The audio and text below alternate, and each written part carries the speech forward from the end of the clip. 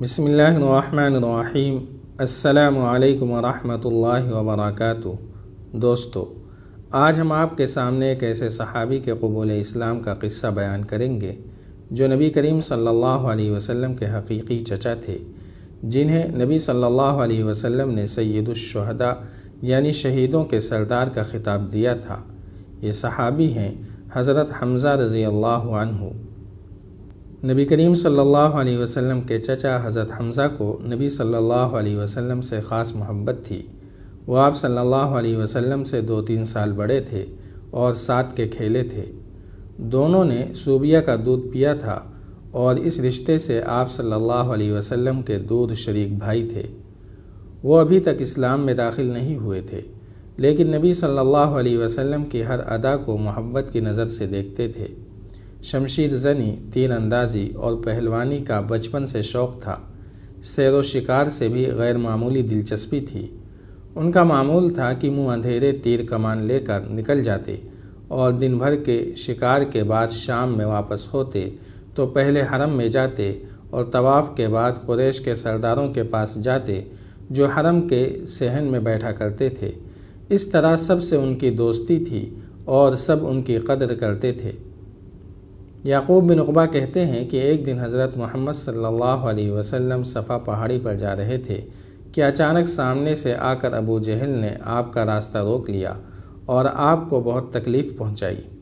حضرت حمزہ شکاری آدمی تھے اور اس دن وہ شکار پر گئے ہوئے تھے۔ حضرت محمد صلی اللہ علیہ وسلم کے ساتھ ابو جہل نے جو کیا وہ حضرت حمزہ کی بیوی نے دیکھ لیا تھا۔ جب حضرت حمزہ رضی اللہ عنہ شکار سے واپس آئے تو ان کی بیوی نے ان سے کہا، اے ابو عمارہ، جو کچھ ابو جہل نے آپ کے بھتیجے کے ساتھ کیا ہے، اگر آپ دیکھ لیتے تو نہ جانے آپ اس کے ساتھ کیا کرتے۔ یہ سن کر حضرت حمزہ کو بہت غصہ آیا۔ وہ گھر میں داخل ہونے سے پہلے ہی اپنی گردن میں کمان لٹکائے ہوئے چل دیے اور مسجد حرم میں گئے۔ وہاں انہوں نے ابو جہل کو قریش کی ایک مجلس میں بیٹھے ہوئے پایا۔ حضرت حمزہ اپنی کمان پر ٹیک لگا کر کہنے لگے، میں نے ایسے اور ایسے تیر چلائے اور یہ کیا اور وہ کیا۔ پھر انہوں نے دونوں ہاتھوں سے کمان پکڑ کر ابو جہل کے کانوں کے بیچ میں سر پر اس زور سے مارا کہ کمان ٹوٹ گئی اور کہا، یہ تو کمان کی مار تھی، اس کے بعد تلوار کی ہوگی۔ میں گواہی دیتا ہوں کہ وہ اللہ کے رسول ہیں اور وہ اللہ کے پاس سے حق لے کر آئے ہیں۔ لوگوں نے کہا، اے ابو عمارہ، وہ تو ہمارے معبودوں کو برا بھلا کہتے ہیں اور یہ کام تو ایسا ہے کہ اگر آپ بھی کریں تو ہم آپ کو بھی نہیں کرنے دیں گے، جبکہ آپ ان سے افضل ہیں، اور اے ابو عمارہ، آپ تو بد اخلاق نہیں تھے۔ شروع میں حضرت حمزہ کا اسلام محض اس وجہ سے تھا کہ ان کے بھتیجے کی توہین کیوں کی گئی۔ نبی صلی اللہ علیہ وسلم کی حمایت میں انہوں نے اسلام کا اظہار تو کر دیا، لیکن گھر پر آئے تو تذبذب میں تھے کہ باپ دادا کے دین کو اچانک کیوں چھوڑ دیں۔ تمام دن کے غور و فکر کے بعد یہ فیصلہ کیا کہ دین حق یہی ہے۔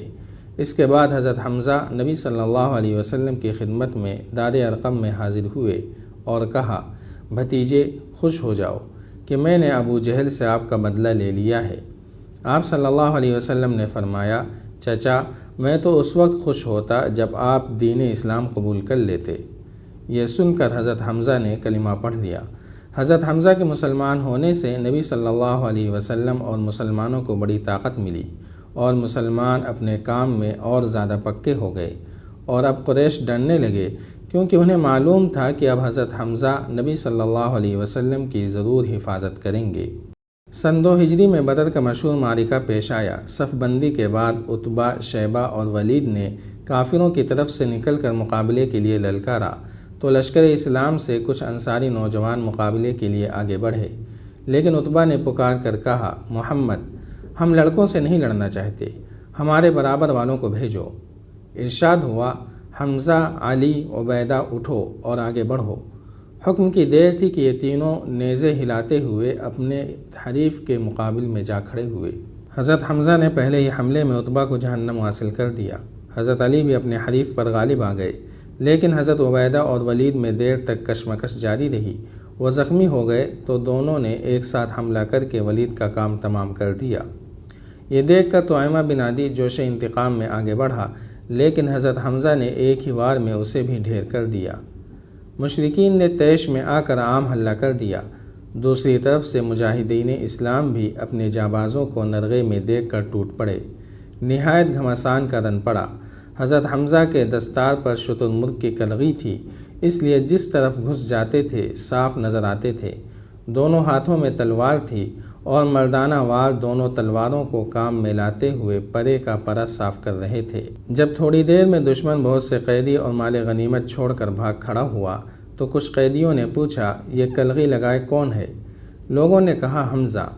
انہوں نے کہا، آج ہمیں سب سے زیادہ نقصان اسی نے پہنچایا ہے۔